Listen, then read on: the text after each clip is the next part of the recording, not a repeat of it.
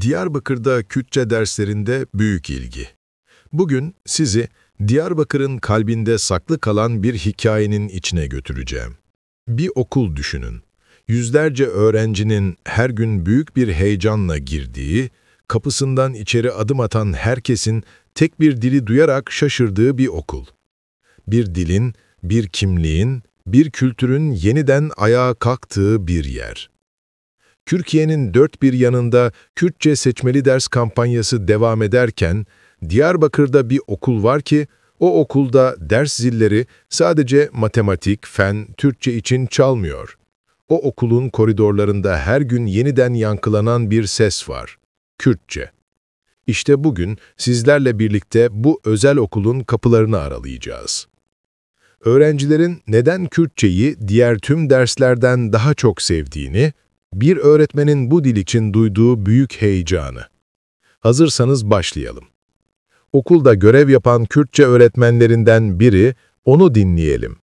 دنباش از خالد ارتوشی از جی یک جماموسته من لیسانس خالزانیگه موش آرپارسلانه دبش زمان ادبیات کردی ده خواندیه هر وها پشتیویه که لزانیگه موش آرپارسلانه دبش زمان و چند کردی ده من ماستر خوکریه من دمیده ده قولشه که تایبه ده ما مصاتیا کردی دکیم او کسی کو کردی نزانن و دخوازن کردی فیر ببن دکارم بریا دبستان کردی آنلاین مرا دایدن و به هفر ام درسن کردی ببینن و کردی فیر Son yıllarda tüm Türkiye'de Kürtçe seçmeli ders kampanyası hızla büyüyor. Dil kurumları, gönüllüler, okullarda Kürtçenin tercih edilmesi için yoğun bir çalışma yürütüyor. Amacın ne olduğu çok açık. Kürtçenin eğitimde daha görünür, daha saygın ve daha yaygın bir konuma gelmesi. Bu kampanya sadece bir dil tercihi değil, bir kültürü yaşatma çabası. Bir anne-baba dilinin geleceğe taşınması için verilen bir mücadele. Diyarbakır'da yüzlerce okulun arasında bir tanesi dikkat çekiyor. Özel Hürriyet Koleji. Bu okulun diğerlerinden farkı ne mi? Burada sadece birkaç öğrenci değil, gönüllü olarak Kürtçe derslerini tercih ediyor. Diyarbakır'da 100'e yakın özel okul olmasına rağmen, Kürtçe dersi veren tek özel okul burası. Kürtçe dersleri burada sadece bir dil eğitimi değil, bir kültür yolculuğu. Ortaokul öğrencilerinin çoğu bu derse gönülden katılıyor. Derste onlara neler öğretiliyor dersiniz?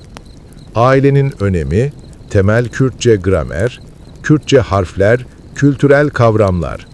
Bu dersler bazen bir oyun gibi, bazen bir konser, bazen de bir hikaye anlatısı gibi işleniyor. Derslere sadece bilgi değil, bir tutku taşıyor. Bu okulda öğrenciler yaklaşık 10 farklı ders görüyorlar. Matematik, fen, sosyal bilgiler, spor. Ama hiçbiri Kürtçe kadar heyecanı uyandırmıyor. Neden mi? Çünkü bu ders onların kendi hikayelerine, ailelerine, evde duydukları dile, büyüklerinden kalan sözlere dokunuyor. Ama tercih sıralamasında Kürtçe yine ilk sırada. Burada 2 Kürtçeli öğretmenimiz görev yapıyor. Bu sayı sadece bir tercih değil, bölgedeki öğrencilerin kendi dillerine duyduğu özlemin, aidiyetin ve sevginin göstergesi. Diyarbakır'da 100'e yakın özel okul var. Ancak içlerinde Kürtçe dersi veren sadece bir tanesi, Hürriyet Koleji. Bu durum hem bir eksikliği gösteriyor, hem de gelecekte neler yapılabileceğine dair bir işaret veriyor. Kürtçe bu okulda sadece bir ders değil, bir geleceğin kapısı, bir kültürün nefesi. Her gün bu sınıflardan yükselen sesler sadece kelimeler değil, bir halkın geçmişi ve geleceği arasında kurulan köprüler. Belki bir gün bu şehirdeki 100 okulun 100'ünde de Kürtçe dersleri açılacak. Ama bugün bu hikaye Hürriyet Koleji'nin koridorlarında yazılıyor. Bir dilin yaşaması, o dili konuşan insanların ona sahip çıkmasıyla mümkündür. Diyarbakır bunu yapıyor ve geleceğe umutla bakıyor.